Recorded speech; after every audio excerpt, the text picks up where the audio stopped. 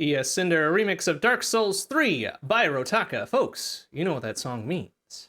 I sure do. Good. I'm glad we've got that consistency that you know what it means. Because I sometimes I mean, don't. 94 rounds later. Right. I would hope so. Look, We say this every time, though. I mean, we like, do. either I feign not knowing what it is, or of course I know what it is. I've been doing this for literally years. Right. That's a scary phrase. Literally bet. years we've been doing this. Which, you know, in internet time, anything more than 1 year is pretty long lived. So I guess. you know, I think we've done pretty good for ourselves here. I think we Considering it's started now, this what, show 9 years? before podcasts were called podcasts. Ah, I think we did. are we really that old? Oh no. Oh no. You might be right. I mean, okay, maybe that was when we were doing Seeking Infinity, but yeah. like No, I'm pretty sure the term podcast didn't exist before that. you're gonna make me look that up now, aren't you? Yeah, The absolutely. origin of podcast Uh-huh. of the Let's go term on Wiktionary and look up the etymology of the podcast. word or something. Well, earliest mention is February 2004, so I think we're safe. Okay. Yeah. It definitely wasn't super mainstream, at least to me, though. Okay, yeah, that's fair. Like if we Like did... it wasn't a section in iTunes, and Spotify didn't exist, and right, and wasn't there some like fudging about with it where Apple wanted to call it something different, and then they did, and then they went back to calling them podcasts, and then wasn't there some like trademark disputes or whatever over the term or what? Ah, man, like who knows? Well, I will say, like, every time I have to stop myself from doing my normal stream intro for this, so the fact that I haven't messed that up for a while, like, I think that speaks well on both of us, right? I mean, you're still MrBond. Also, this exceedingly bright ass calendar window is just completely obliterating my right side of my face. That's fine. I see they haven't extended dark mode to calendar just yet, have they? Yeah, it's been like that since release, despite the constant feedback. Yeah. And none of the extensions in the browser do a really good job with it. So, like, I've just dealt. Oh well. I mean, props to them for doing the main search now in dark mode, if you so choose. So that's something. Year of Our Lich King 2021, that's available. Well, anybody, welcome everybody. I'm MrBond. I think I'm still Tormod. We'll find out. Sure hope so, because if you're not, I've been doing the podcast with the wrong person for a while. I was gonna say something skinwalkers. I don't know. Right. This is insert credits, round 94, the change. I'm not quite sure what the change refers to. I needed a great title name for that joke. Anyway. Yeah, right. I needed a title real quick last night as I was doing the rest of my notes. So I'm like, oh, hey, this sounds good. So we'll figure it out as we go, I suppose. Quick prelude here. This is a podcast about video games. We talk about a bunch of things here. We separate into 3 major segments. First, we cover news, lots of stuff around the world, what's happened locally, what sort of events are happening, legal stuff, acquisitions, new game releases, etc., etc. Heavy on some of those more than others in recent times, of course. Then we break for some music, and then we come back and we talk about what we've been playing since last show, usually about a month or so. Then we break for more music. And then the final segment of the show, we do some design, straight up live, on air, on, I don't know, is it considered on air? Like, we're on wires? I guess if you're on Wi-Fi. I was going to say, somebody's listening on Wi-Fi somewhere. Yeah, okay, so I guess that covers it. Whilst we're on air, we do some ad hoc design at the end. That's always been real fun. Or over LTE, or 5G, or 5G. Well, I don't know about 5G. Like, is that out yet? Yeah. In some areas, is it actually 5G or is it AT&T's? It's pretty well built out at this point. I don't have a phone that could take advantage of it, but I was looking at coverage maps for places we might move. And yeah, it's like the predominant thing on every carrier's maps now. Interesting. Yeah. Well, didn't take them too long to swap to that from 4G. I know the 3G to 4G took a damn long time.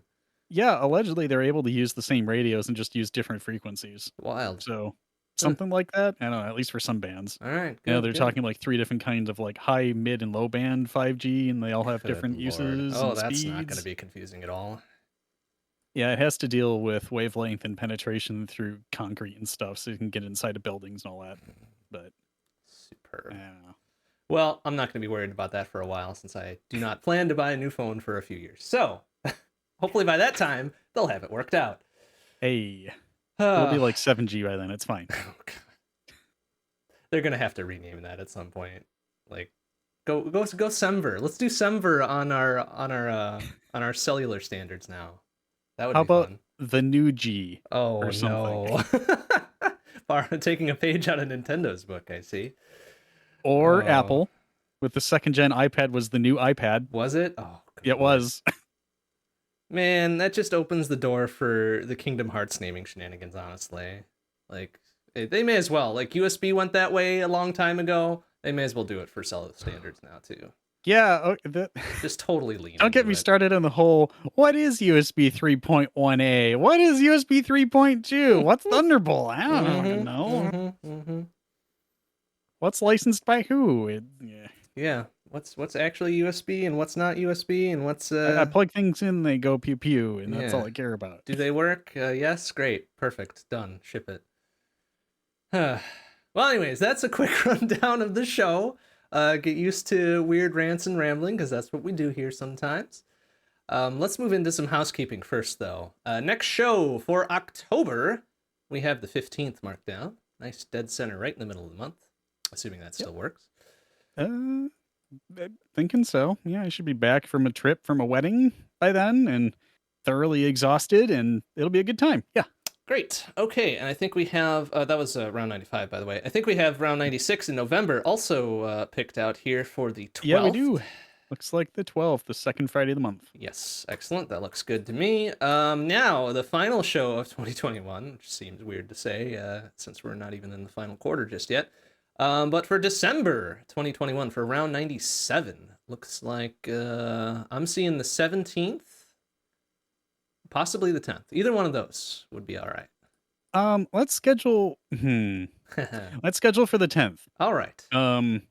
That's least likely to interfere with, oh no, we're trying to do holiday things. Right, because it is getting to that point where holidays become a consideration. Okay, the 10th it is for round 97. What is going on with my calendar? Got me, man. All of the holidays are doubled as of December. Do you have two calendars showing that have them both on there? I don't know. No. Weird. They're both the same color. And they both disappear when I uncheck the holidays in United States calendar. What the fuck's up with you? Cool. Well, software is hard, so I guess I won't blame them too severely for that. Hardware is soft? Preferably not. Sometimes it can be. I guess. I don't know. I'm not a hardware guy. I could not speak at an expert level on that sort of thing. I'm just gonna close this tab because it keeps bothering me. Let's not go into 2022 yet. Yeah, sounds good. Let's Okay. finish off 2021 before we start thinking about that, or at least get us to 97 before we start thinking about that. Of course. Oh then- shit. Yeah. Oh, I have an idea. Okay, Oh. so November we have to do something special, and I can't ruin the surprise. Hmm. But we have to do something special. I have ideas. Okay. Very good. Please to write said ideas down so you don't forget them. I guess that would be my advice. But fun surprises coming in November, I guess. Yeah, I'm trying to make my way over to our beautiful little staging area here.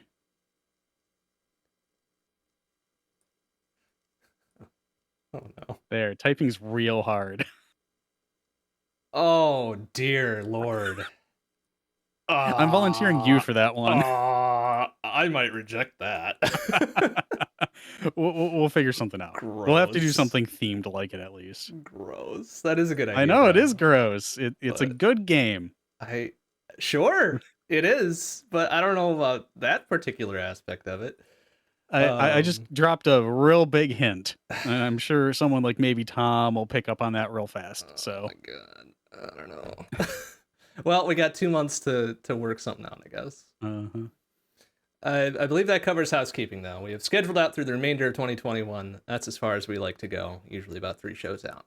So we done there, which means it's time for news and such around the world. So the remaster of Quake and Quake 64 was released before it was actually announced, which is kind of weird. Usually they delay and delay and delay, and we get stuff, kind of, oh, it's coming soon for a year and a half, but this was actually out before it was officially spoken of. That happened late August, in fact. It's got good critical and community reception to it, so everybody seems to like it. Quake is now rendered in full 4K, if that's your thing. And the Quake 64 remaster, well, obviously runs faster than 5 frames per second, so that's good. I don't know. I think I might pick that up. I had not gotten onto the bandwagon of FPSs until Unreal Tournament, and that was after Quake. So I'll pick this up just for grins. I've heard it's a real good game. So I'm a little upset, and I know this is totally stupid, but I'm going to say it anyway. Oh, shut up. If you didn't wrap your game in a MIPS emulator, you're doing it wrong. Gross. Calling that right now. You can write that Omega weapon. See if you can make it faster than 4 frames per second. Oh, man. The N64 emulator core devs would love to talk with you. Yeah, I mean, like, honestly, they probably did a pretty good job getting it to run on that particular hardware. Considering the tricks that Doom 64 had to pull to make it even reasonably playable. Yes. Now doing like super full-on actual 3D engine on the 64. I mean, like outside your Super Mario 64 and your GoldenEye and whatever that actually did that sort of thing. But I don't know. I'm curious to see how both of those remasters shake out. So I will put that on my extremely large list of things to play and perhaps prioritize it as such. This past weekend, in which the U.S. celebrated Labor Day, there was an esports tournament for Stardew Valley. Really? Apparently not the first esports tournament for Stardew Valley either, but it sort of surprised me that such a game had an esports scene to it. So there was a total of more than $40,000 in the prize pool, which was distributed. Apparently, the players in such tournament didn't know what they needed to do in the game until the tournament proper, so nobody could really super ultra prepare other than getting your basics down and stuff like that, which I felt was like an interesting way to go about doing it. Certain challenges that you had to do in game, and certain challenges that you could ignore because you were given I should have reread the article that I was reading to get the actual numbers, but you had to do a certain number of points attributed to these challenges so you could pick and choose which ones you wanted to do. If some were maybe outside your skill set, or if they took too long, or they weren't worth it, etc., etc. So apparently Stardew Valley has an esports scene. That's cool. That's really cool. In the land of weird gaming things, it probably still ranks as pretty calm and pretty normal. But it's still interesting to me that Stardew Valley has esports. That's fun and cool. So Halo Infinite finally has a release date, 8th of December of this year, with a few asterisks. There won't be any co-op campaign on release, and the much ballyhooed Forge mode of multiplayer will also not be there. And also, apparently, half the game will be free to play. So it's a weird confluence of things. I think people are rightfully disappointed that campaign co-op will not be there from the start, which is kind of unfortunate. But at least the single player campaign will be there. At least some other multiplayer modes will be there. Cool, I guess. I'm still working my way through the Master Chief Collection, so I'm not super pumped to play Halo Infinite as soon as it comes out. Wait for it to kind of squash the initial bugs and make sure it still runs fine on Wine and Proton. And then maybe I'll pick it up, because I do enjoy the series quite a bit. I don't think I've played 5 yet, though, either, so might have to get on that. Do you know if that's going to be part of the Master Chief Collection at some point, too? Don't know. Yeah, I didn't look it up either, but I think at least through 4 is on there, plus some of the other offshoots. So, plenty of Halo I have yet to revisit before Infinite becomes a thing that I really, truly care about. But hey, at least it's getting released this year instead of a vague holiday day or whatever. 8th of December. So Google says that it's not going to be a part of the Master Chief Collection. Dang. Oh, well. Yeah, sorry. So you should give me the elevator pitch for Halo Infinite because I don't really remember much. I don't know much about it other than that it's the next mainline release of Halo, following in the thing of Halo 5, right? Following the storyline afterwards. So, and I don't know what the Halo 5 story resolved to either. So I'm a little bit behind myself. But probably standard. Master Chief does a thing, goes to a Halo thing, may or may not blow it up, as has been the series mainstay. So we'll see, I guess. Something flood. I don't know. Probably. I can't imagine they left the flood for just Halo 1. I don't think so. Anyways, guess I'm not a true Halo fan, not having this stuff just at the ready, at the forefront of my mind all the time. Oh well. Cortana. Yeah. Shrug. See, yeah, there's another hot buzzword for Help, the I'm Halo trapped series. into an obsolete operating system. Oh no. Right. Because that is definitely not a part of Windows 11. Sure, we'll be speaking on that later as well. Halo forever. Yes. Oh, poor Duke Nukem. Anyways, so apparently Amazon's Luna gaming service is still a thing that exists, as it has recently added a $3 family tier. $3 a month subscription service for gaming. Contains a curated list of E for Everyone games. And apparently also includes a tier of the service called Luna Couch, which is ostensibly a game streaming co-op across the internet, like so many others before it. Good luck, I guess. I don't know, like, my experience with those sorts of things have been mediocre to shitty. Maybe they solved some things that Stadia couldn't. Maybe they solved some things that Steam Remote Play couldn't. Who knows? Maybe they took a trip to the lumberyard. I see. Well played. But we'll see what happens with that. It also adds free access to 4 fairly top tier games: Resident Evil 7, Metro Exodus, Katamari Damacy Reroll, and Monster Boy and the Cursed Kingdom to Amazon Gaming Prime for free, but only until the 15th of September. I thought it was Prime Gaming. Maybe or is Prime that Gaming. just I the don't know. subscription thing that you can use for Twitch? I don't know. I honestly fuck? don't remember what the order of words is for their services anymore, because they seem to change them every week.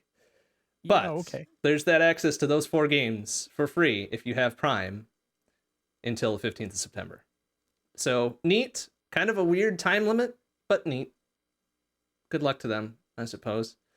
And oh boy, I think I will cover my last one after you do your new segment, because my last one is thorough.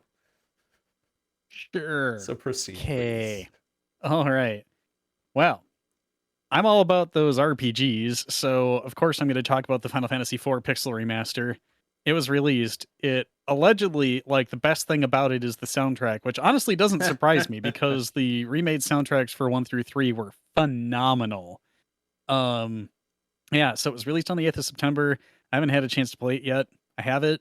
I haven't looked through the extra content. Now, there's some pretty interesting things that if you go into the Steam apps folder for the game, there's another folder of like bonus content or something like that. And they have usually a couple MP3s of songs as they were in the original game that slowly transition into the new stuff. I haven't listened to that for FF4 yet. The ones for FF1 through 3 were really, really cool. They did a good job with that. I think they have YouTube videos up for all those too, I think. I remember seeing something about that. But I'm really looking forward to it. I don't know if I ever actually finished FF4 myself. I know I've watched it. I know I've played it probably with you because you were big about that FF2 US. Hey, it's a good game. No, it I like is. I it. think it's great. It has a fucking fantastic randomizer, which I really hope they can bring to this version of the game. Then we can play it on PC. Oh, I'd be all dear. about that. Which, I mean, there's plenty of people making mods for the first 3 games already, so like, eh. But anyway, it released 2 days ago. Really looking forward to playing it. Fairly certain that I'm gonna get to it maybe starting next Monday. I'll probably stream this one. I kind of like fell off the streaming bandwagon through the middle of 2 last time and played 3 offline completely. But really good. Shrug. Good games. Go buy them. I think the bundle for 1 through 6 is still available, and it's a little less expensive if you do that. Let's see here. Other JRPG stuff. Bravely Default 2, which was formerly a Switch exclusive, released on Steam on the 2nd of September, and I had no idea until today. Interesting. So, I recommend it. It's really good. It's an RPG of tropes. If you go into it expecting an RPG of tropes, it's actually really good. So, soundtrack is phenomenal. Character development's pretty good. It's got an okay story. It's middling, but it's not bad. Played that, I don't know, 6 months ago on stream? I don't remember now. The director of the series, Tomoya Asano, has recently shared that Bravely Default 2 is actually really well received. And that gave them the confidence to start thinking about whatever they might make next. Whether or not that's going to be Bravely Default 3 or Bravely Second 2 or Shrug. They're saying that their next game is in the planning phase. They're really, really excited with all of the positive reaction and the sales and everything. It did warn that development for another game like that would probably take about 3 or 4 years, and to just bear with them while they do their thing. Don't rush it, etc. I like, at least on the surface, how game developers are being more self-aware of the crunch thing that people are now kind of hyper aware of because it's been a big thing in the last year, especially alongside other stories of abuse coming out of game developers. So yeah, there's a lot of that. Go read the news. Yeah, not gonna bother. There's been a lot of it. If you've missed it, maybe all the better. But Bravely Default, great series. The 3DS games are phenomenal. At least the one that I played, 2 that I played. I don't remember. What did I play?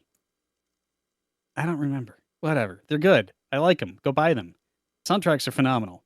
Let's see here. Crisis. It's been remastered. So now you can meme about your PC being able to play. Does it run Crisis Remastered? Oh my goodness. Yeah, that's coming out on the 17th, so a week from today. Is it really that old that it needs a remaster? Apparently. No. They need to find new ways to State. bake your graphics cards, which apparently Amazon figured out how to do real easily. November 2007. It's the original Crisis. Wow. 14 years almost. Years. My goodness. That's okay. I guess that qualifies. Huh. Wild. Shit. Feels like that meme was just born yesterday. Yeah. I'm gonna move on before I start thinking more existential terrific things. Fine. Legal things. Legal thing, I guess. It's only one. We've been talking about it for how many months now? Epic versus Apple? Multiple months. It finally came to a conclusion. For now. A conclusion. They both kind of lost. They both did. And that's good, actually. So the contract that Epic made with Apple in order to sell on their platform was that they would give them a 30% cut, and that they were required to go through Apple as a payment processor, and any purchase you made also takes the 30% cut because Apple is facilitating that. Epic has lost to Apple on that regard, in the fact that it's literally just a breach of contract that they're not giving Apple that money, and now they have to remand 30% of their Fortnite income from August 2020 onward, which it's millions of dollars.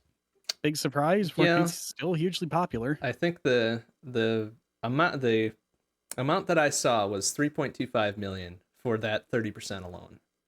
I think I remember reading that was only for the August through October 2020 timeframe. Oh, was that? And then they were still required from November onward to remit the same payment. That seems weird. I thought what I had read implied, and maybe my reading comprehension is not great today, which is certainly possible.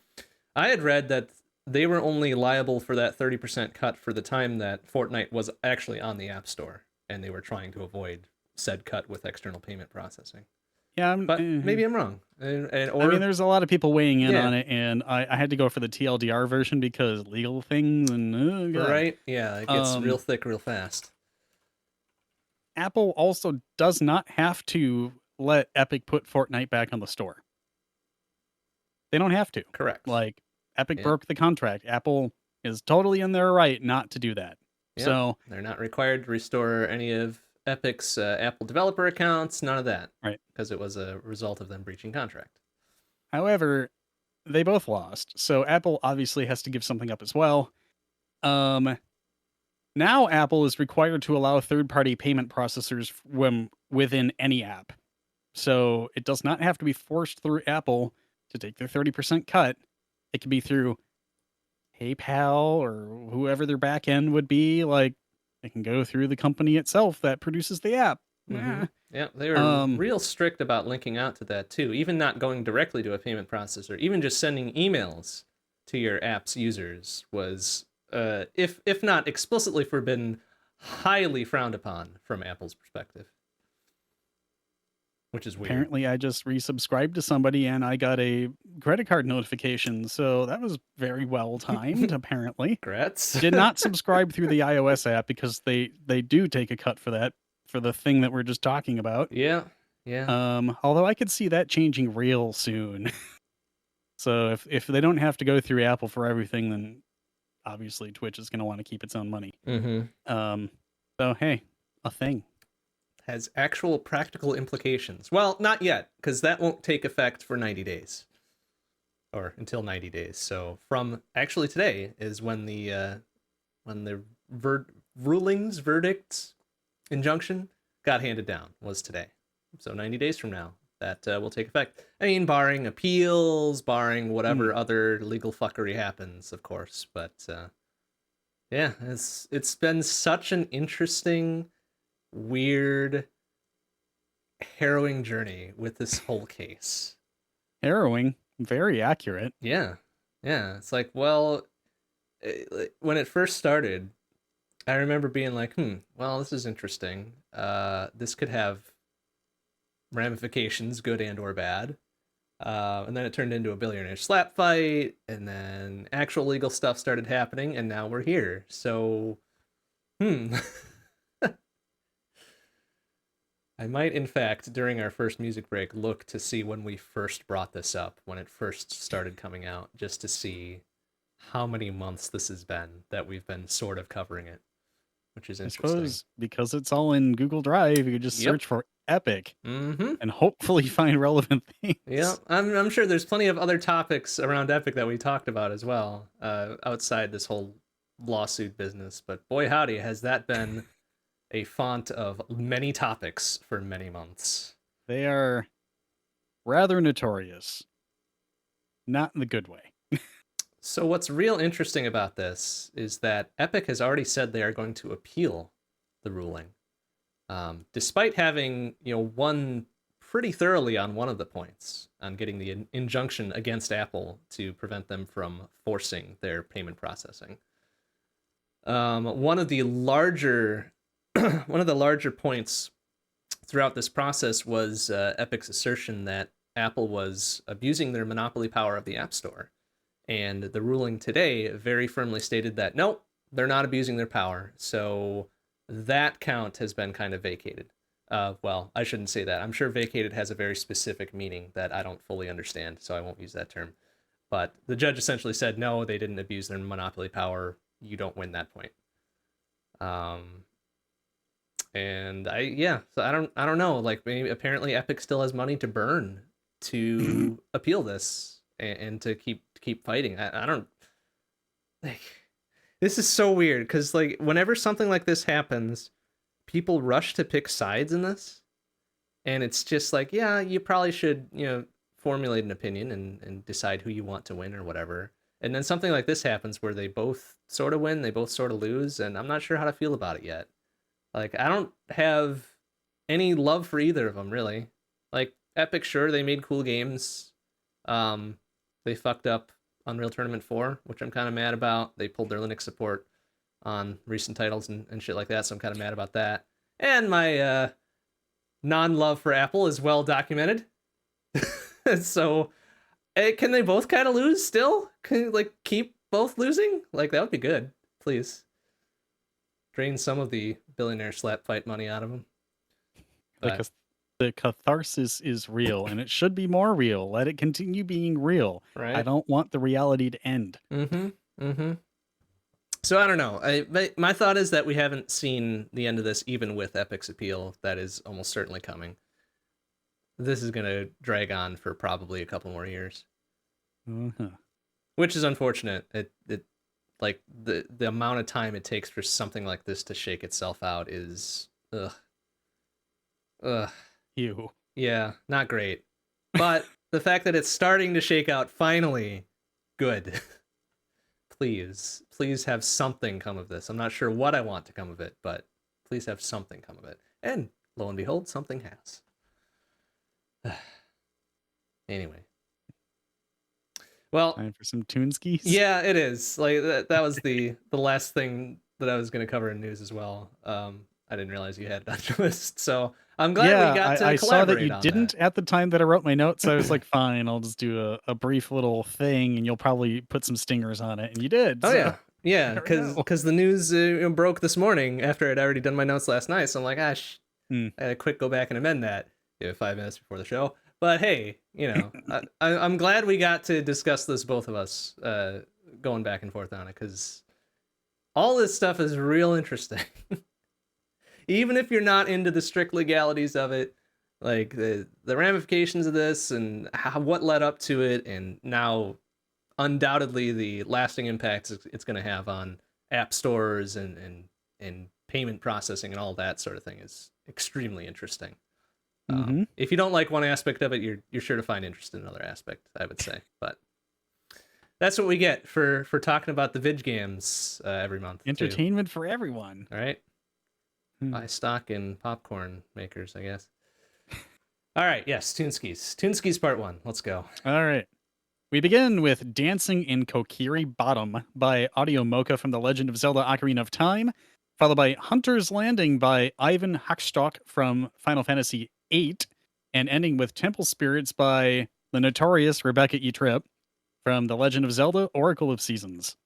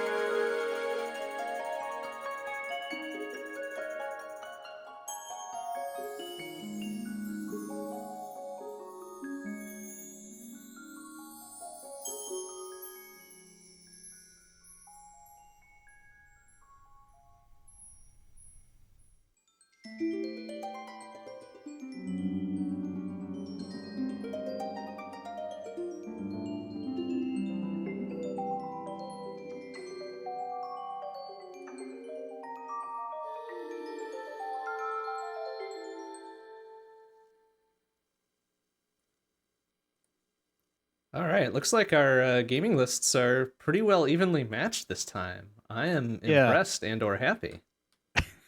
It is rare that my list of games is lengthy at all because I usually just binge an RPG and call it good. But I kind of did that a couple times actually. Plus a Mind few if I other go? things, it seems. Yeah. Final Fantasy 2 finished that.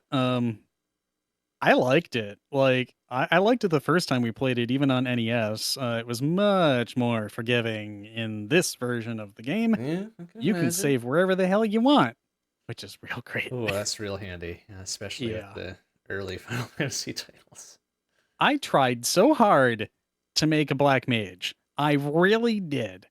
I ended up getting Ultima and casting it for like 7 hours to level the damn spell, and I only got up to like level 12, and it was still really mediocre damage. Yeah, it even in the OG game, it was kind of a letdown.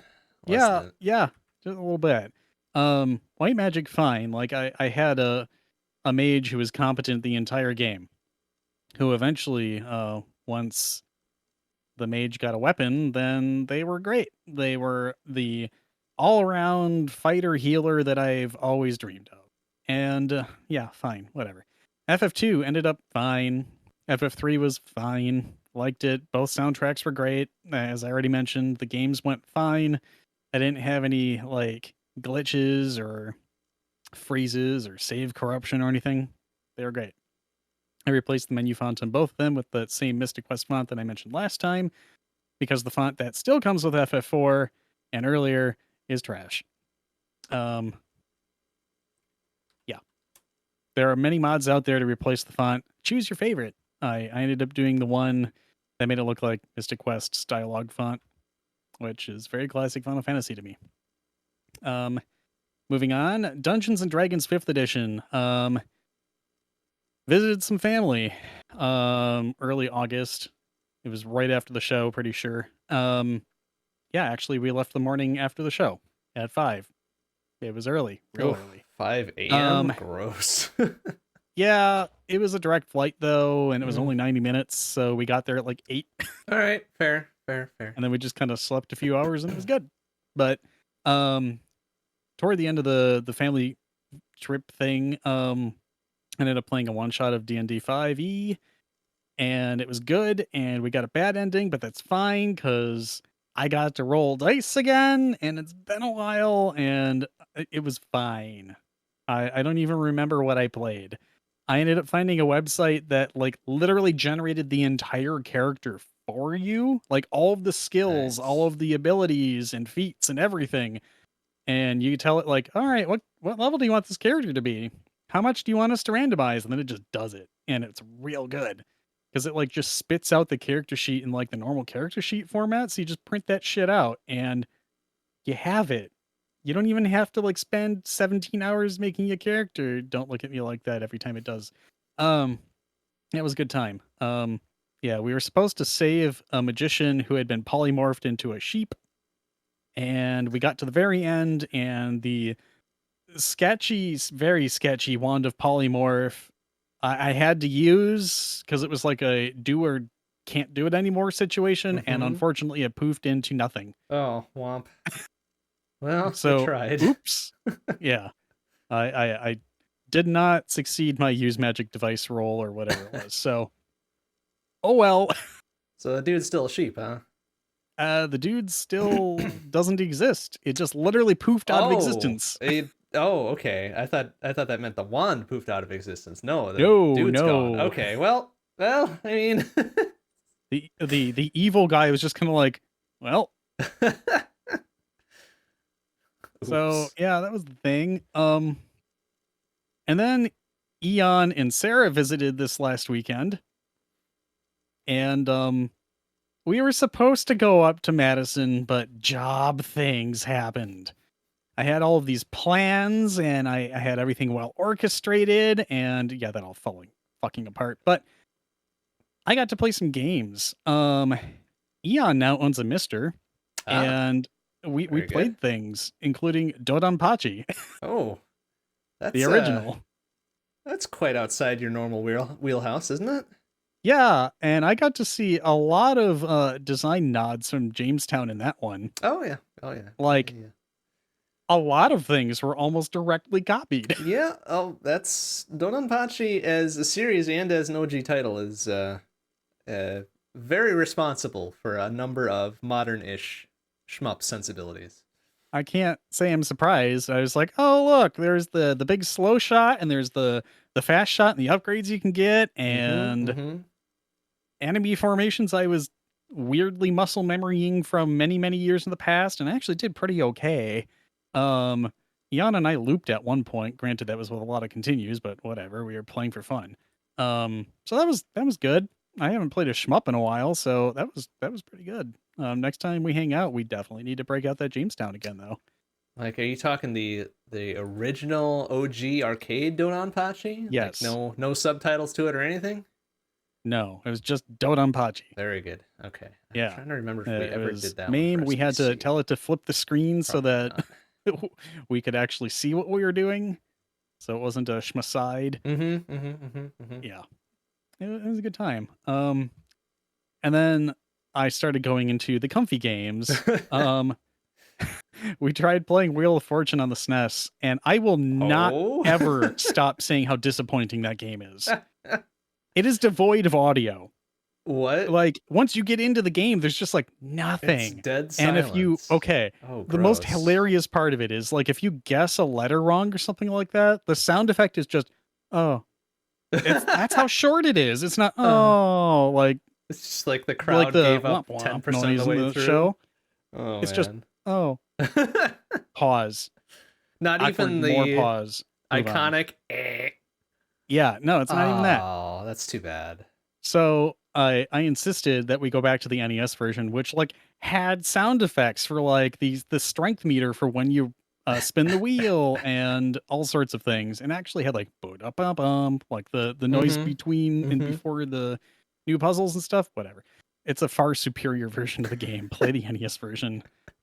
Similarly, I had never tried Jeopardy on the NES, and we did that. Oh, that's a trip.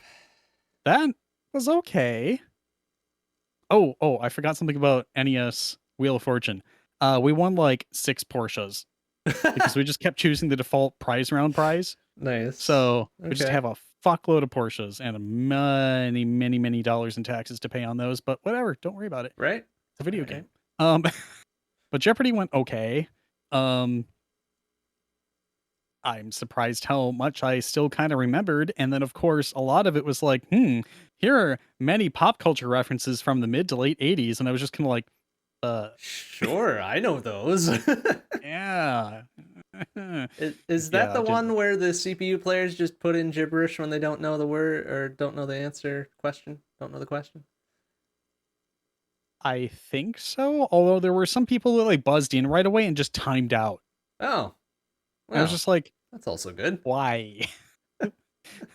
Other than to frustrate me. But sure. That's funny. But we had a good time. It was nice. I'm trying to think if I played anything else. I feel like I'm forgetting something, but I don't remember what. Definitely did not play Super Animal Rail. I have not been feeling like playing a lot of games lately, other than just like vegging on the couch and doing something where I can turn my brain off.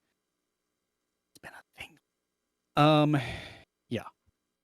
I don't think there's anything else. I'll probably remember in the middle of you talking because that's what I always end up doing. So you should probably go.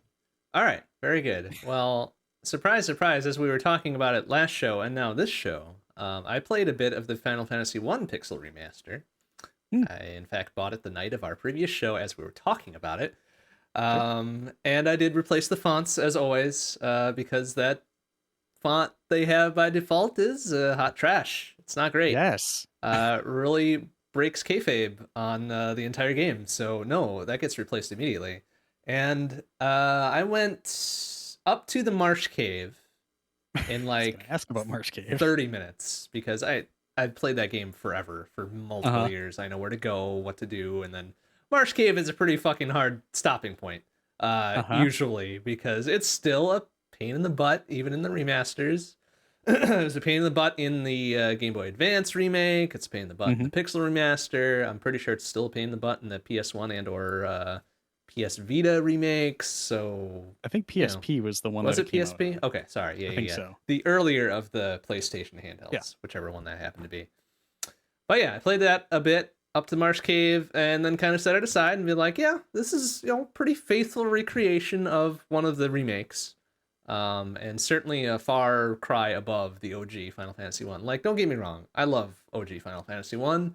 It has its charm despite being obtuse as hell and very difficult to play because it's so slow. But it's still a fun game. It still holds a very special place in my heart of hearts. So did a little bit of that. On stream, played a lot of BPM bullets per minute. This is a rhythm FPS. And it's fun as hell. Also quite frustrating when you play certain characters in it, of course. But very extremely fun. I just wrapped up with it this past Wednesday. Probably going to play it a little bit tomorrow for grab bag because it's fun.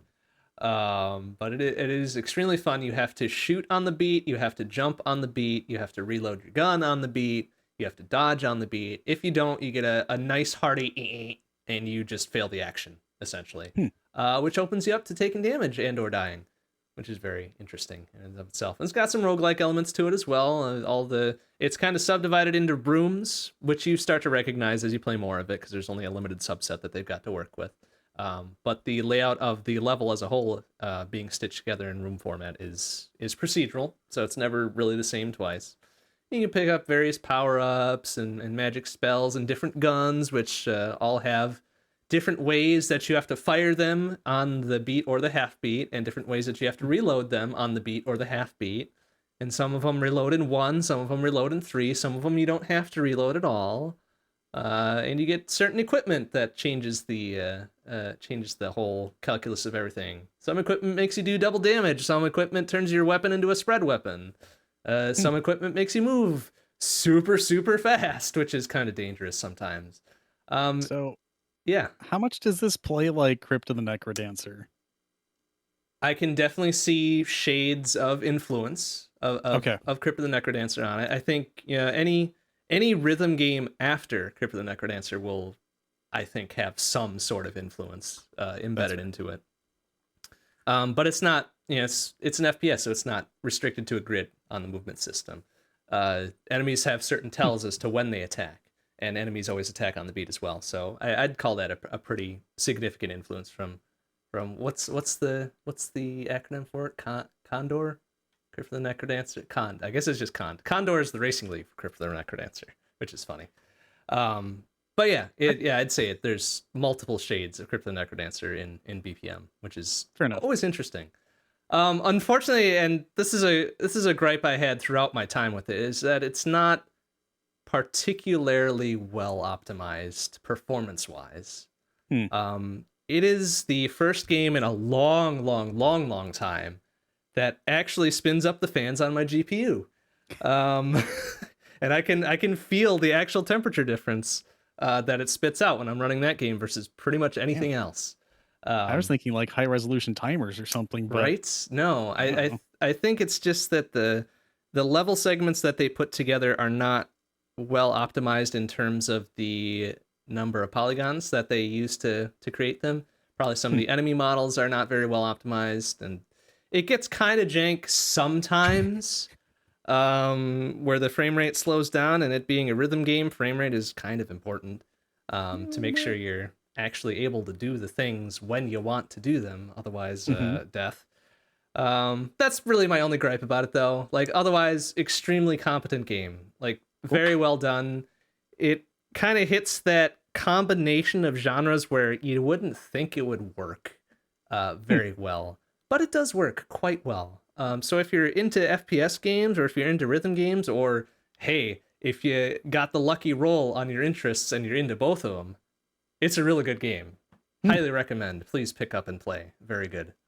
Yeah, it actually does sound really cool. And if you're going to be playing it for your cough grab bag cough, you should go check out Twitch.tv/Quest for Semiglory. I guess. Go See, do that. It's not a shameless plug because I didn't do it. I figured that I would take the opportunity. Lol. But no, I haven't seen the game yet, but it actually sounds like something I'd really like.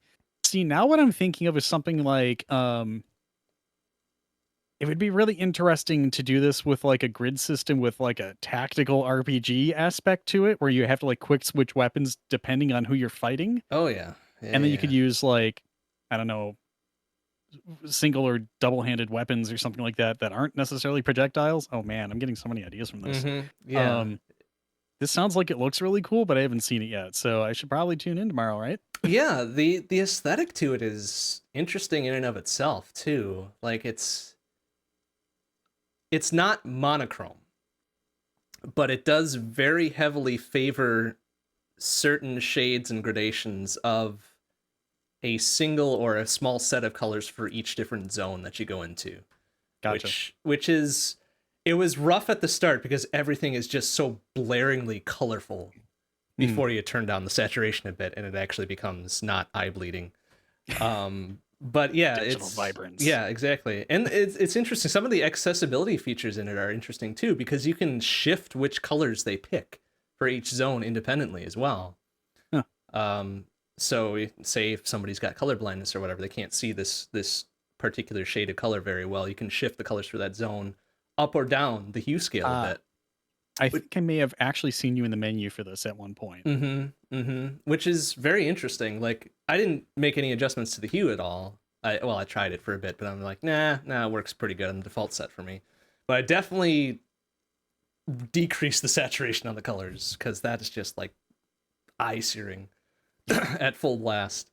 Well, one other gripe I have with it is that sometimes the contrast is a bit subpar too. Like things that you can yeah, exactly. Things that you can interact with don't really stand out a whole lot against the rest of the level, which is kind of unfortunate. Sometimes the enemies blend into the level a little bit too much. But honestly, in the grand scheme of the entire game, small gripes. You can overcome it, but it's just like sometimes it just gets annoying. It's just like, man, I really wish there was just slightly different this way, and then it would be an even better game.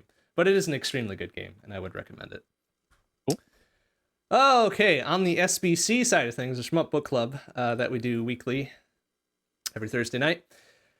The new shmup for the month of September is Cotton Fantastic Night Dreams for the TurboGrafx CD, or the PC Engine CD, depending on how you want to call it. Okay, I was trying to figure out the acronym. Yeah, and it's the PC Engine in particular is fairly well known for its large stable of shmups, which I had no idea. Like, I had hardly played any of the games for it regardless, because it's just not a thing I had while I was growing up.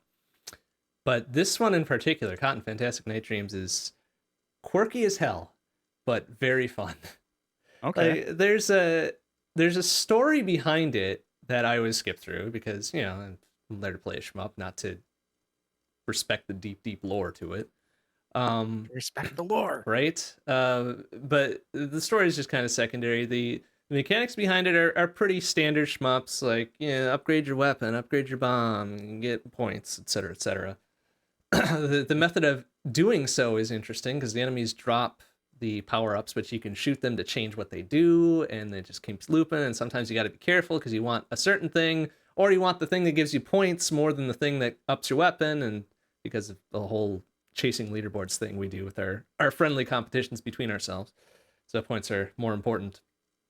But it's charming in so much as it's sort of magical girl anime sort of thing before magical girl anime really became a huge mainstream thing. So it's real quirky in some of the aesthetics and some of the not terribly synthesized voices, but still kind of bad synthesized voices. Okay. That are entertaining in their own right to listen to as you're going through what is ostensibly a shmup. But very fun, very fun. The competition on that game so far, as we approach the half of the month here, has been pretty vibrant. We've got a lot of folks on the list on leaderboard so far, which is fun and cool to see. So I have a question that I want to ask about this genre / your recurring event of Shmup Book Club as you Book continue Club is down your also list. accurate. Okay, proceed. So I'm saying this so I don't forget in the 40 seconds it'll probably be until you get there, because I have no short-term memory right now. Well, you and many other people, including me. Yeah. But do go on. I forgot what I was going to go on about, but The rest of your games. Oh, no, I thought you were going to ask something. Ask a question. Well, yeah, but I was gonna like ask you something when you got to that part in your list. Oh, I see. Very good. Okay. So the other shmups we have going on in SBC are 2 quarterlies, one of which is for the 3rd quarter of 2021. It's July through September, because that's quarter 3. Had to count on my fingers. Salamander 2 for arcade. Another very competent shmup. It's fun. It's a Konami developed title, which usually invokes a lot of anger and or wrath from people, because Konami shmups of that era were extremely unforgiving. Salamander 2 slightly less so. It's a little bit easier to get into. It doesn't punish you quite as severely as other Salamander and or Gradius-esque titles. Because when you take a death, it doesn't send you back to a checkpoint. You just respawn immediately. And whatever options you've gathered kind of fly off into space that you can recollect when you come back. So you're not completely defenseless once you take a spill there, which is neat and cool. So kind of like Bones Files a little bit? Yeah, a little bit. More real time, of course, during your run, but it's very interesting. Of course, it does invoke a very common thing in many shmups called the ranking system, where the further you go and the more power-ups you pick up, the meaner everything gets. Enemies move faster, they fire more often, the bullets fly faster, etc., etc. So if you're doing a good for like 2.5, 3 stages, things get real angry at you, and they want you to die immediately. As they do. Yep. And if you do a real good, say get to stage 5 without dying, oh boy, I hope your heart is strong, because there's a lot of things that come at you very fast, such as life. But it is a very fun game. Salamander 2, very good for arcade. Awesome. The other quarterly shmup we have is Einhander for PS1. I know this is a very well-regarded shmup by many a person. I think I mentioned this last show as well, but it's just one I couldn't get into. It's just got such a weirdly 3D-ish, 2D-ish perspective on it that shifts throughout a given level with PS1 era graphics that it's just so difficult for me to wrap my mind around, that it's just nah, I can't play this. Sorry in advance to EI, because I know he likes it a lot, but I can't play that. It just messes with me too much. But all right, that's the end of my SBC spiel. What did you want to ask? Okay, so before I do that, and I know this is going to be an extremely cursed comment, or question rather, but has anybody ever made an isometric shmup? Yes. They have. Really? Okay, I want to know. Well, the one that comes to mind immediately that may not be considered a traditional shmup is Zaxxon. Really? And I believe that was released. There was definitely a PC release of it back in the oldie DOS days. Right. CJA, EGA, etc. I believe it was also released for Commodore 64, perhaps Amstrad as well. Oh, shit. Maybe 68K? Yeah. Yeah. How did I miss this? Yeah. I guess it's enough of a shmup to be called a shmup, I think. Schmagnol? Yeah, it's kind of got that weird sort of 45 degrees in both pitch and yaw angle on it, right? Yeah, I'm looking at a screenshot right now. I'm just kind of like, huh. How did I not know about this? Yeah, it's a bit of a mindfuck in terms of trying to understand where you are in relation to everything else, what with the shadow of your ship and the weird way they have you move in this sort of, I guess it's sort of on rails too, if you think about it. But yeah, it's a weird little mashup of things, but I'd consider that an isometric-ish shmup-ish. game. Okay. And Fair. it wasn't as cursed a question as I was expecting, as you were describing it. Okay. Well, fine. I'm glad. Schmiagonals though. Hmm. Um, that. Anyway. Yeah, that's a curse word. So you still have one thing to talk about. Yes, I do. I have a couple more things to mention in what I played. So, as you were alluding to Labor Day weekend last weekend, unfortunately your plans fell through in coming up to Madison, which is unfortunate. That sucks. But 006 was able to visit me during the time, and in that time we played a couple games together. We finished probably the last third of Overcooked. Okay. That's a fun little couch co-op thing. That's, you make food. You get in each other's way and you curse at each other and all that sort of thing. So that was fun. Try not to fall off the train or whatever the hell you're on. Right. Yeah, you don't Yeah. fall off trucks or fall into lava or fall in the water or, screw up the food that you're supposed to deliver. Sounds a whole lot like Minecraft. Yeah, a little bit. So we finished that up. We played one round of Infinity Drive and Assault Android Cactus. Cool. I was surprised to see that I hadn't had any entries on the 2-player leaderboards for that. Really? So we took second. Cool. Which is kind of impressive considering I haven't played that game for a year. And he hasn't played it for more than that. We managed to get to layer 31 out of 50 in Infinity Drive, which is a pretty hard stop of a layer, considering, even when you're at your best. So, considering we took number 2, considering the dearth of our recent play of that, that's pretty impressive. I'm proud of it, and he's proud of it too. Good. What else did we play? We played a little bit of Smash, Ultimate, or Smush, I guess. Sorry, Smush. Probably 50-50 win rate on that between ourselves and 2 CPU players. Sure. But also pretty good considering neither of us have played that in a while either. We did play a couple multi-worlds between just ourselves, which is kind of funny. This leads into a larger multi-world that I'll talk about in a bit. Sure. But I played Risk of Rain 2, and he played... Oh, no, I'm sorry. He played Risk of Rain 2, and I played Link to the Past. Uh-huh. And let's ignore the fact that those combined in a multi-world is kind of weird. I'll explain that in a bit. But we did pretty okay with them. The first one went about 3 hours. The second one went about an hour and a half. So RNG being RNG, of course. Yeah. But that was fun. We made it work. And kind of the caveat to this is we played it both games on my machine simultaneously. So that took a little setup and a little bit of tweaking to make it work. Sure. But it worked out. It was really neat and cool. So I'm glad we did that. Myself and him, 006, and Boris also played a multi-world. Maybe I had mentioned this last show, so maybe it doesn't apply this time, but we had done, I think, just 3 LTTPs at that time. Or maybe 4, because I did 2, and they each did 1. Right, yeah, I think I remember hearing about that. Yeah. So, another important side note to that is, I actually contributed to some of the multi-world code base to make that happen. To run more than one, at this point, it's only LTTP on the SNES side. To be able to connect more than one SNES instance, whether it's console or emulator, to a single machine running multi-world. So if somebody stupid enough, like me, wants to run more than one LTTP seed during a multi-world, they can, without much hassle. So I'm pretty proud of that.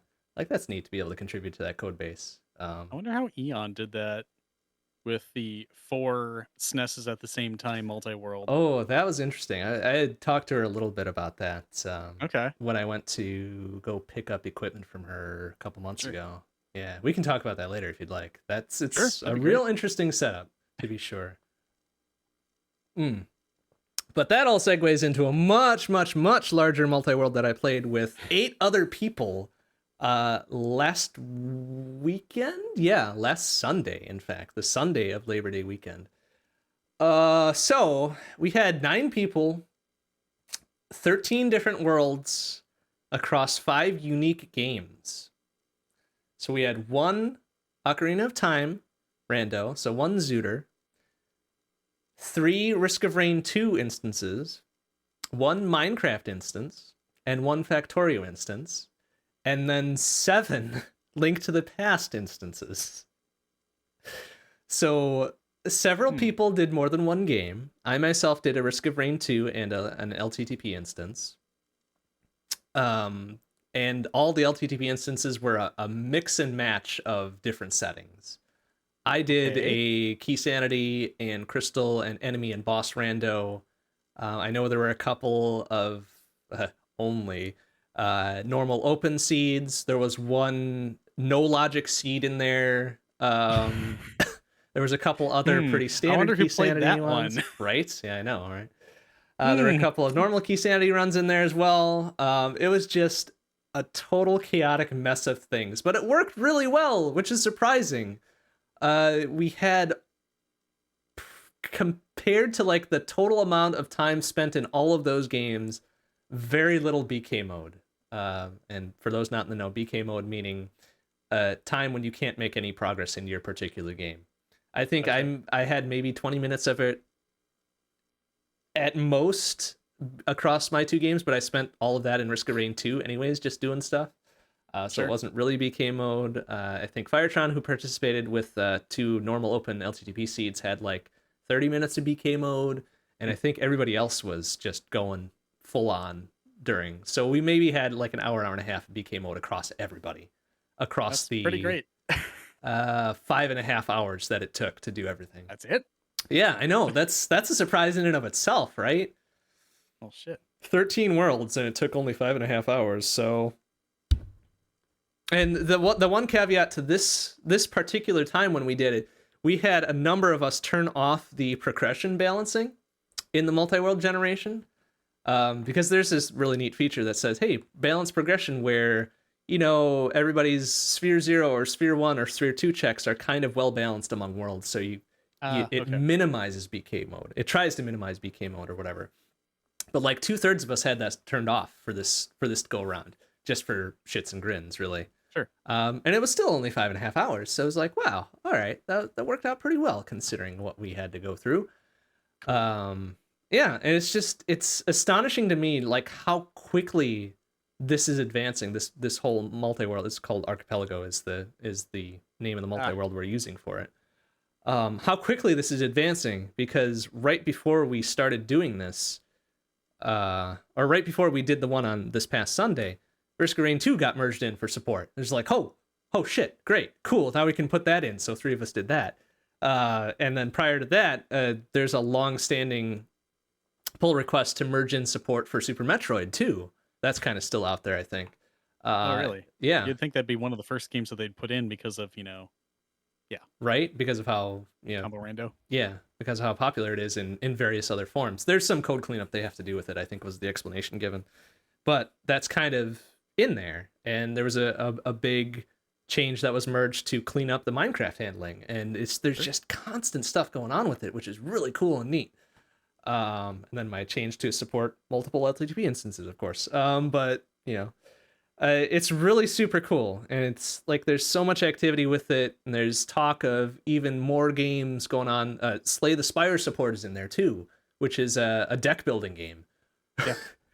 How that's going to mesh with all this other multi-world stuff is anyone's guess. But it's super cool that somehow we've got 3 decades worth of a span of games being mashed together when they shouldn't really be able to do this. They shouldn't be able to talk to each other. This is the thing of dreams. Yeah, it is just ridiculous how this is being made to happen. So, okay, this is the part that is probably confusing me the most. Like, how are items between games represented in games that obviously don't have those items? Like, cool, you found the light arrows in Risk of Rain. Like, shit, what? Right, so Risk of Rain 2 is the simplest to explain, because when you get an item that's meant for either yourself through the multi-world scrambling or for somebody else in a different game, you just don't see it. You either buy the item or you open the chest that contains the item and it goes directly to them. There's no visual representation of it. Gotcha. In a game like, say, Link to the Past, where, there's a sprite that denotes an item, right? It's represented as a power star from the Mario series, because I think that's a sprite that's actually in the ROM somewhere that they commandeered for this. So that's interesting in and of itself, and I think there might be some other tweaks that you can do to make different sprites represent items for different games. Right now, it's just the star for any other game, really. So I think that star is used with the alternating floor patterns in dungeons, isn't it? Like first in Tower of Hera, when you're doing the climb Oh, with the two beetle rooms that are next to each other. oh, yeah, but it's not a 6-pointed star that does the whole do do do do do do thing change. Yeah. No, it's actually like a 5-pointed Super Mario Power Oh. Star with the Oh, eyeballs okay, and stuff. okay. I get you. Yeah. So I don't know if that's something they put in there specifically, which obviously they can because of all the different sprites you can use as your character. Right. Or if it was something that was just discarded in the original ROM itself as just a thing that was in there. I don't know. Yeah, that's that bears some investigation if you're interested in the actual answer to it, but that's kind of the short of it. I don't know about the other games because I haven't seen them myself, but presumably Zooter has a similar thing where it's got a different representation for an item that goes to a different game. So now I want to see like Z1R, Z2R, Z3R, Ocarina of Time randomizer, Majora's Mask randomizer, Wind Waker randomizer, and I think there's a Twilight Princess randomizer now too. I think I want to see all that shit happening at the same time because I would just be like, the whole time. Well, Z3R is already in there, Zooter's already in there. I can't imagine Majora's Mask rando would be too far off. I remember hearing Fred Coughlin's name thrown around a bit lately, so I have to imagine they're trying to make support for it. Right? I think maybe. Like it's just wild to me. Like that sort of thing with those sorts of games, those RPG like a lot of item hunt sort of games makes a lot of sense for multi-world. It's the things like Risk of Rain 2 and Minecraft and Slay the Spire, and there was some mentions of Hollow Knight as well being in there, being involved in a multi-world that's kind of like, huh? But it works. Somehow it works. It's like people are extremely smart. Yeah. It's wild. I want to see a Final Fantasy game thrown in there just to be like, okay. Yeah, just like I can't imagine they couldn't do it. Like I imagine like FF1 through 4 would be real easy actually because of all the like distinguished progression items that you have in those games. Like the rat tail and all this other stuff. Right, yeah, the ship and the canal, this and is the really airship, interesting. the floater, and yeah, it's so wild to me that this is a thing that exists, but it makes me so happy that it does.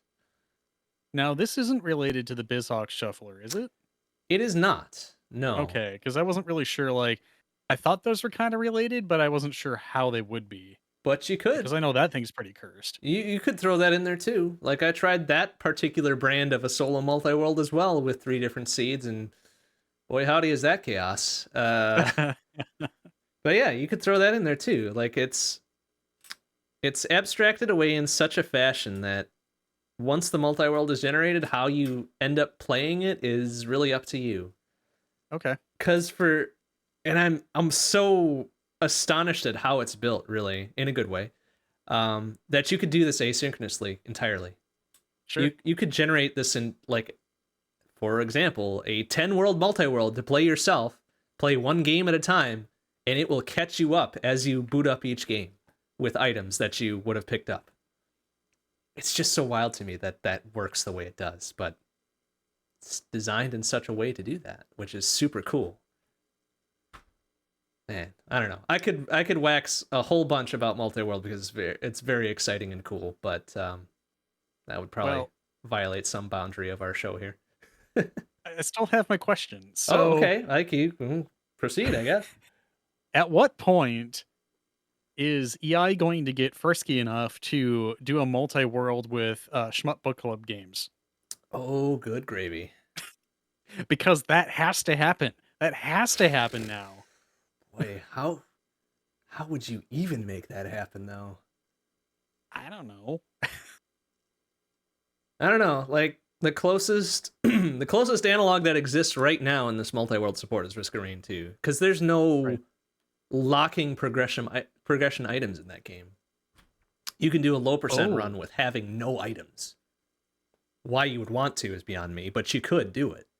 Unless they changed the way it was, like you couldn't proceed to the next level without a certain key item or whatever. They could probably Yeah, that's kind of do what I was that. thinking. Like you'd have to keep looping until you got something, Right. Like I which can would be a giant pain in the ass. Oh yeah, it surely would.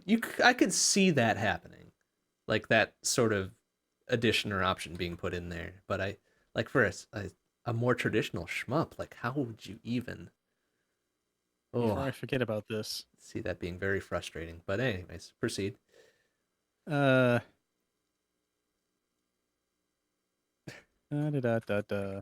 Add multi-world support for Schmuck Book Club games. Oh dear. Oh no, why? Oh, good gravy. I'm sure I'll hear about that from him too. Do it. I had to. Oh, gravy. All right. Oh, I'm Here we getting go a already. response. Come on. Say yes. Do it. So disappointing. Oh, he stopped. Oh well. Probably thought better of it. Honestly. Maybe he's formulating his response. All right. Well, I will let you continue if you have anything else. No, I left the huge ass multi-world thing to the very end for that reason, because I knew it would provoke a rant response from either you or me or both. Yeah.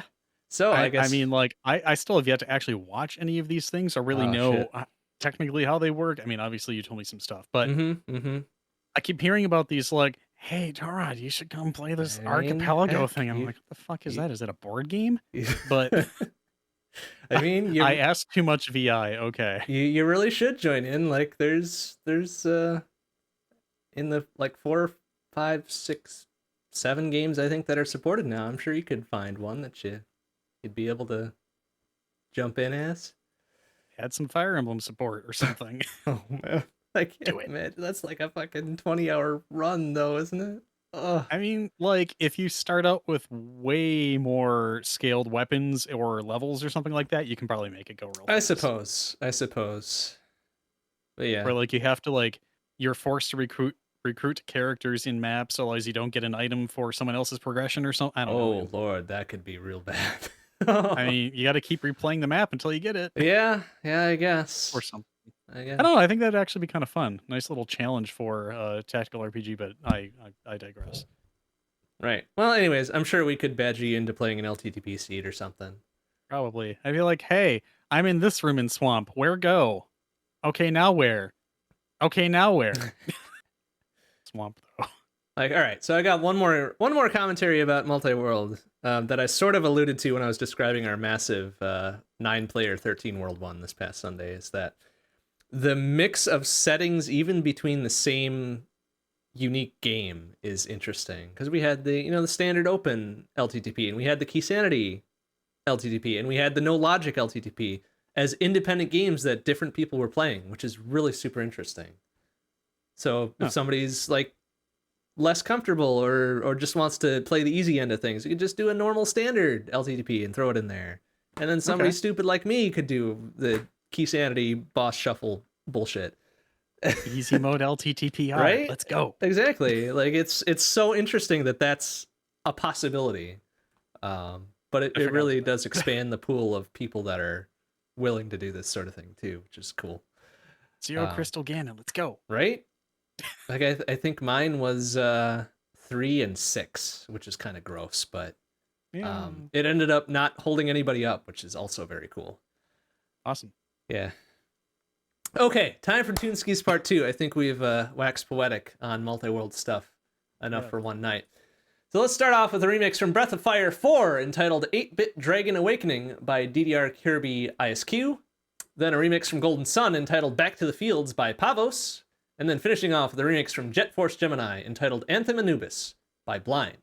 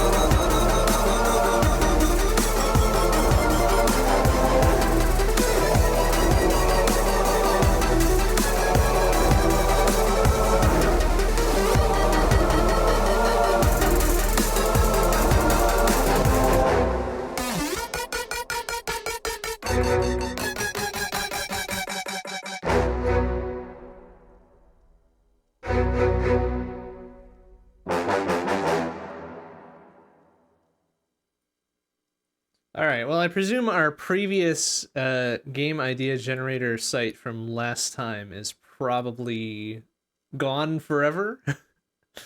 I'll double check. That's a good point. I brought up the one that we used the last show, but I didn't try the other one again. Right. Yeah. I mean, I'd be okay with Bro- using the one we used last time. Honestly, that one I felt maybe was a little bit smoother, but hey, well, it bears some research, I guess. Oh, was it Baroque Creations, right? Yeah, I'm just like straight up not finding that website on Google anymore, which is real weird. Let me see if I can find the link.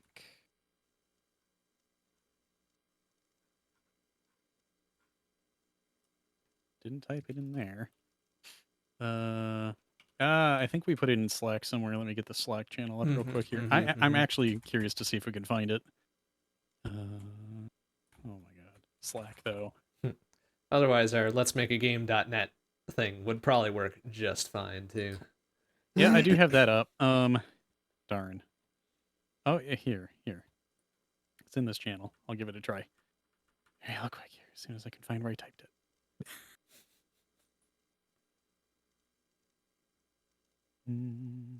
Here we go. Found It's a big old I guess. Well, I found where I put a screenshot of it in. I swear I put the link somewhere though.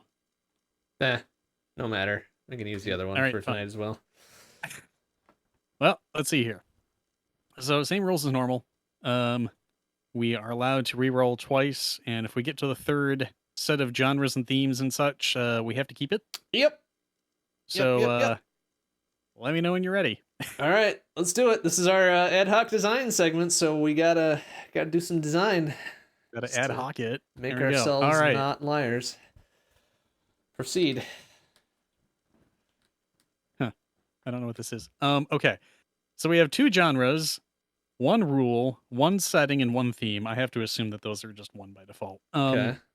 All right, so our 2 genres are VR again, and match 3. Oh boy.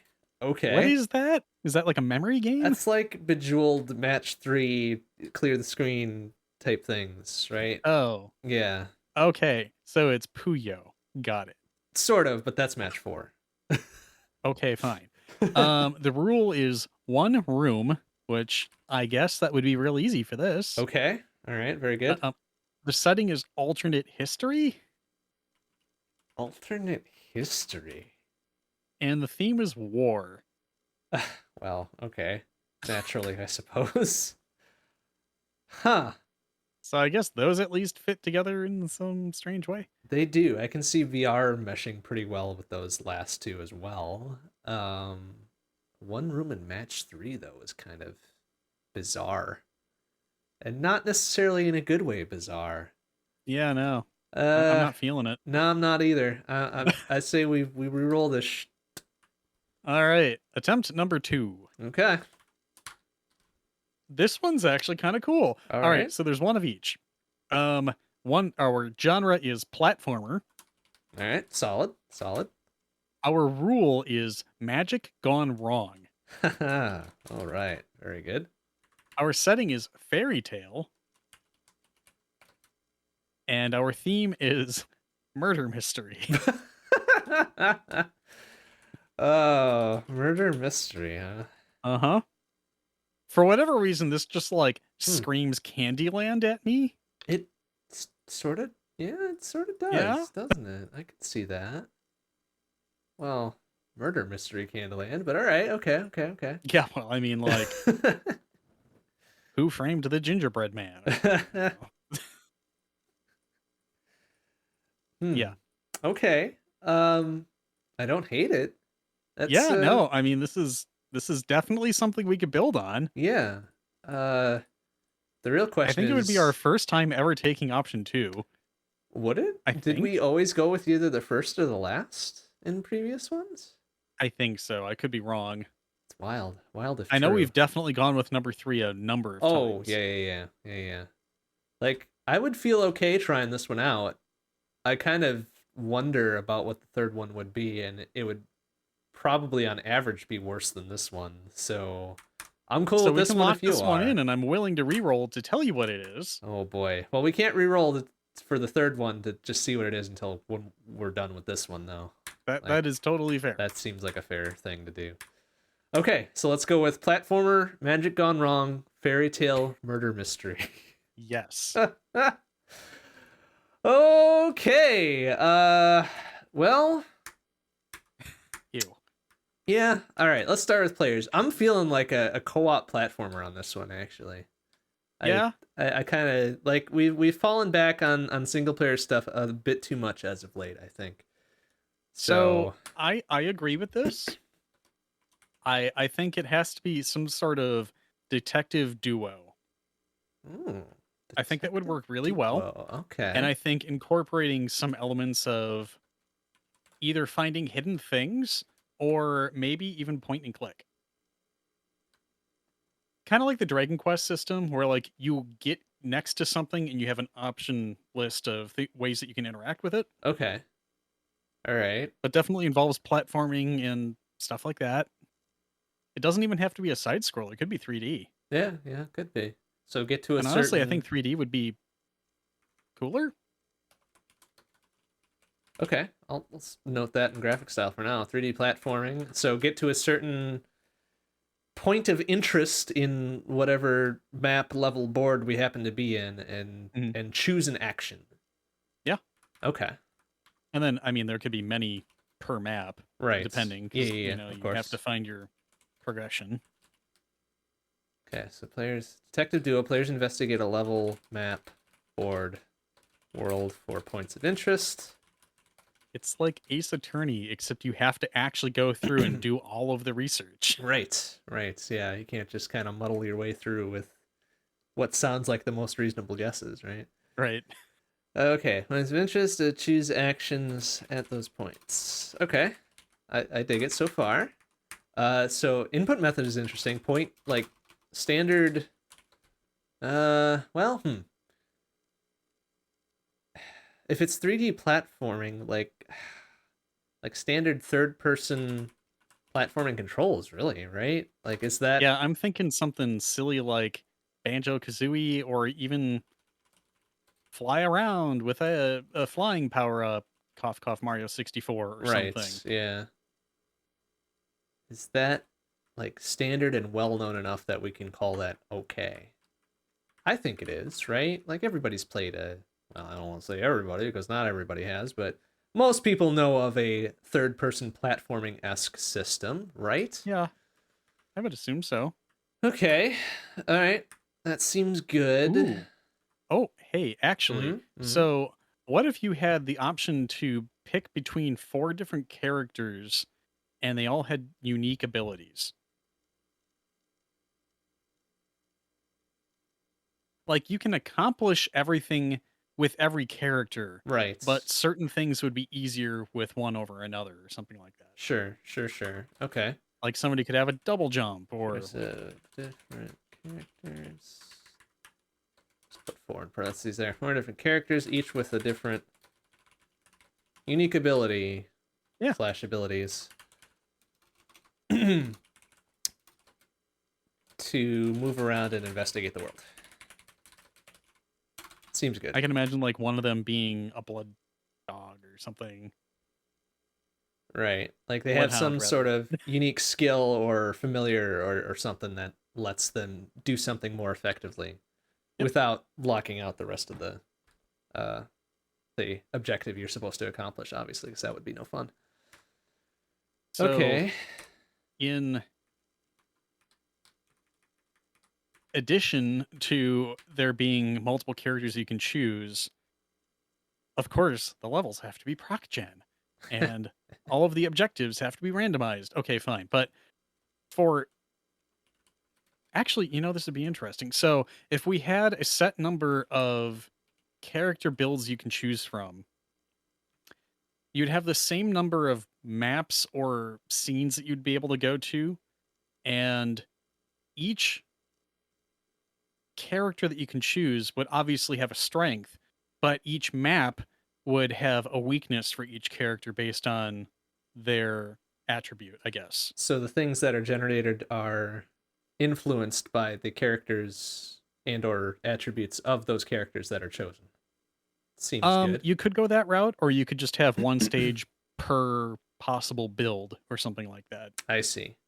where those would So be at a strong disadvantage. right. So given the if we say for example go with the 4 possible player character selection and it's co-op, so 4 times 3 would be 12 different maps based on the combination of characters chosen, right? Yeah, I mean, realistically, if we were doing something proc gen, it would just be, hey, randomize a level with this kind of setting and with something that would hinder a player in this way. Okay. I don't know.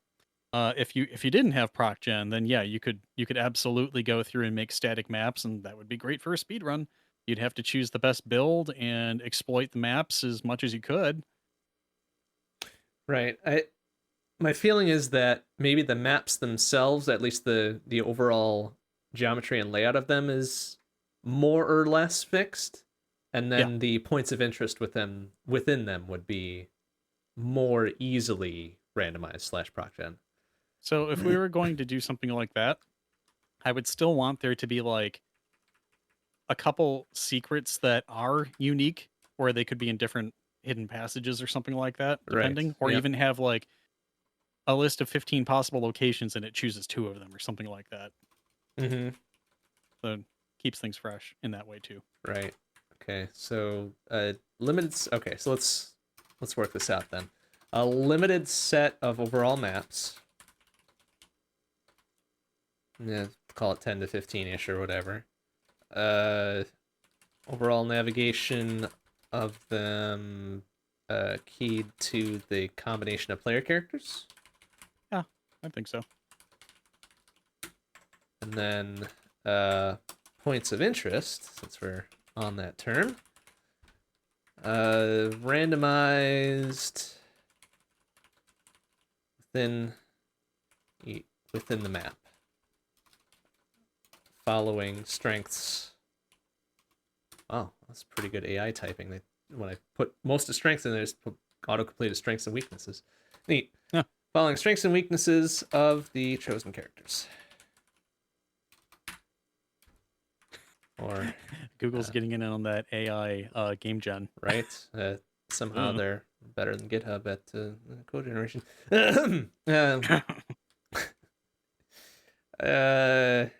Based on strengths and weaknesses of chosen characters. All right. Sounds pretty okay so far. Objective: investigate strange occurrences in the area. I think we need to hit the magic gone wrong aspect of this now. Uh-huh. A spell has backfired? Yeah, or something that seems like a surefire way to progress is definitely something that's going to cause a huge thing to backfire. Okay, so as the level or the gameplay is progressing here, you get to this kind of progression gate, and you're like, oh, hey, here's an obvious way to go about this, right? You do it, and suddenly shit just goes sideways. Yep. Okay. And I guess strategically, after you play it enough, you could probably be like, okay, this is probably the trap choice to do it. Sure. So let's find a more complicated and circuitous route to go about this. Okay. Yeah. So there'd definitely be some strategy involved with that. Like, okay, what's the bad option? Right. It's like staying off the critical path when you want to investigate the side stuff. Yep. Okay. So obvious progression makes things go sideways. Prolong and or progress the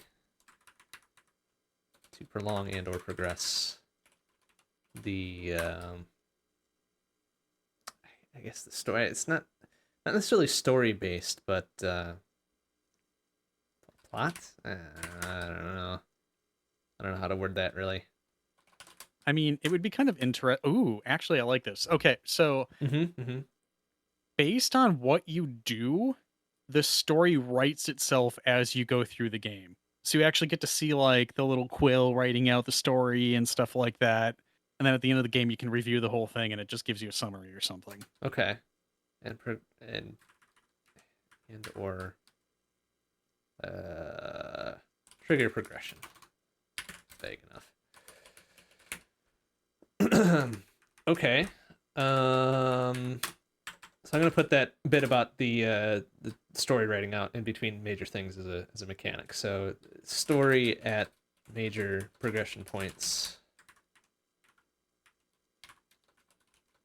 generated as a result of your choices. Yeah. Of the player's multiple choices. So, I mean, like, this also, because it's writing a story, gives rise to the whole, rise and fall and tension. And so it writes itself. Yeah, okay. That, I think, fills out both mechanics and objective pretty well. Inventory is kind of interesting since we've already outlined the different, well, the idea of different player character choices. Um, I like the idea of having limited actual player characters to choose. And I also like the idea of maybe giving them a choice of, since this is fantasy, yeah, fairy tale, magic based, whatever, a different choice of familiar they could take along with them as another little interesting side bit to do. Ooh. So familiar, choice of familiar at the start. And in order to keep this simple enough to be not overdone, as far as mechanics and other things are concerned, I don't feel like a massive inventory is warranted here. Okay, so mechanic thing that I just thought of. So I keep thinking in terms of speed running, and I'm like, okay, how can somebody do a low percent of this? And I keep thinking of the secrets in the map could hold items that would make things easier for you. Okay. But if you choose not to do that and you take perhaps a longer route to get around things, it still might be faster if you're good at technical skills in platforming and things like that. So So you could choose to have just the stuff that you start with. I mean, maybe with, the one key item you have to get to progress or something. But um, if you choose not to explore the map and you don't find the hidden things and things like that, you can still get through, but it's just going to be more difficult, technically wise. or is the ability to get those secret hidden things normally locked behind exploring the rest of the map and getting certain abilities or upgrades or something like that? Yeah, sure. Okay. Hidden areas. Okay. Hidden areas of the map may not be normally accessible without collecting certain items,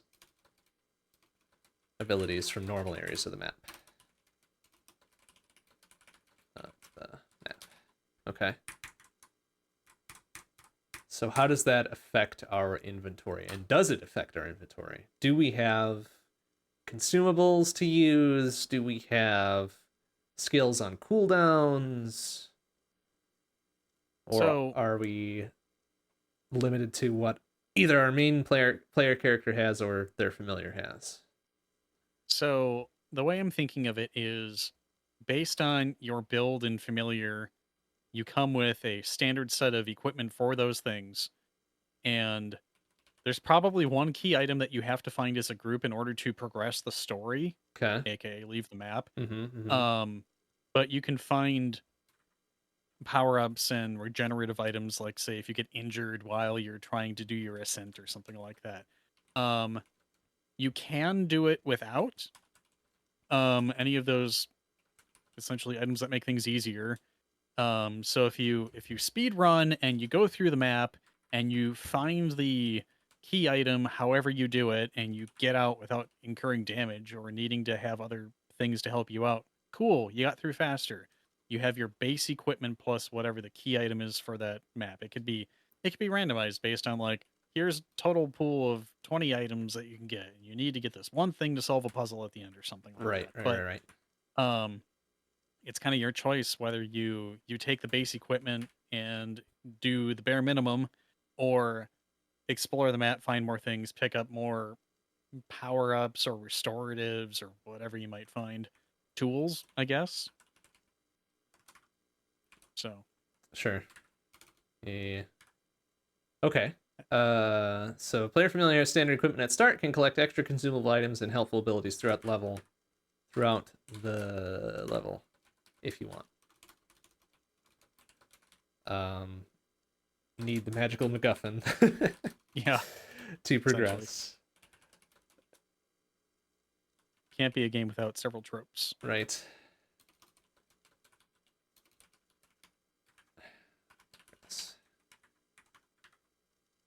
Need to find the magical MacGuffin to progress. Okay. Very good. Jump to point of view. We've already kind of settled on third person, right? Third person platformer. I think being able to switch to first person for like looking around for clues intently would be kind of good, but Okay. by default, yeah, third person. With camera switchable to first person or examining an area, a point of interest, right? Okay, cool. Audio style and or story / hook.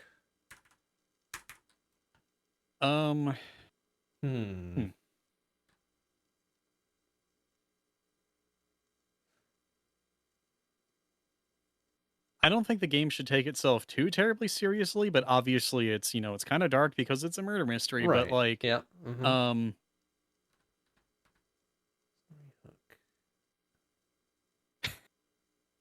taking cues from the Clue movie, I think would be kind of interesting and cute. Like, it's not super serious. The instrumentation and the music style kind of comes off that way, but there's definitely an air of not taking itself seriously to it. Right. Like, it has the initial appearance of being serious, but everything about it just isn't. It's hard to explain, I guess. I don't know. Okay, no, I get what you're going for. So serious audio design conflicts with obvious light-hearted visuals and or storyline. So I'm thinking something like a 3D-ified version of something like a Telltale art style? Kinda? Was that the... now refresh my memory. What was the Telltale style? Is that the more kind of painterly-ish? It's kind of cel-shaded and flat. Cel-shaded? Okay. But I mean, obviously you'd be able to move through a 3D world and things like that. Right. So that would all have depth, but like, I don't know. It's kind of hard to like convey this overall like feeling that I have because I can't really put good words to it. Okay. Yeah. Well, I think that's good enough for audio style. That conveys itself well enough. So now the story and hook obviously is a murder mystery, right? Mm-hmm. Like a very whodunit type thing, right? Yeah, that's exactly what it is. Clue-ish. Princess Flufflebutt, Bubblegum Kingdom, and Oh, God. no, I don't know. Wow. All right. Flufflebutt. All right. So whodunit, clue-ish, find who done did the thing. Yeah. Who done did a murder? Oh no, brain! Don't do this to me. Uh-oh. The magical boy / girl versions of the King of the Hill characters. No. No. Well. An option, but no. Oh boy, that's unlockable. There you go. It's a DLC theme pack that she can buy. Oh god, I can just imagine the Boomhauerisms. Ugh. Anyway. Okay. Very good. All right. So the title then. Always the most difficult part of this. Life or magic gone wrong, fairy tale murder mystery. A shocking murder on blank mountain or something. I don't know. You really wanted to say Candy Mountain, didn't you? I didn't even think of it, but yes. Okay.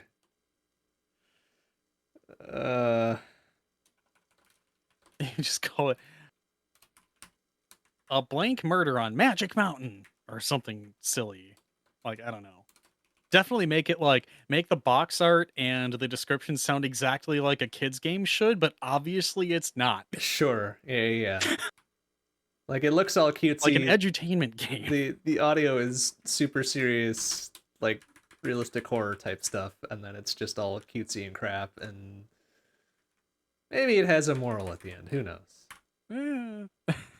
Who knows? Okay, a Bloody Murder on Magic Mountain. Very oopsie. Yeah, Something, a bloody good time. that works. I don't know that we need to go into a subtitle for this, like we did in a couple other ones. No, I was thinking like a tagline for that, but yeah. Oh, okay. Yeah, subtitle tagline, whatever. Yeah. Oh yeah. God, now I'm thinking of like the shit. What the hell were those called? Like making the box art like the Super Sleuth games. I don't know that I'm familiar with those. They were basically edutainment platformers that you had to go around and find things like this, except they were 2D and side scrolling. But oh, interesting.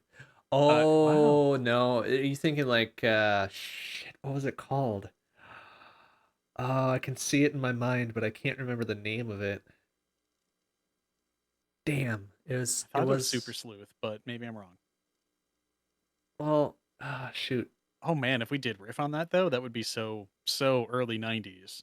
Yeah, I would love it. I think I know what you're talking about. I can't remember what the name of the game was that I'm thinking of is, but all right, whatever. That's fine.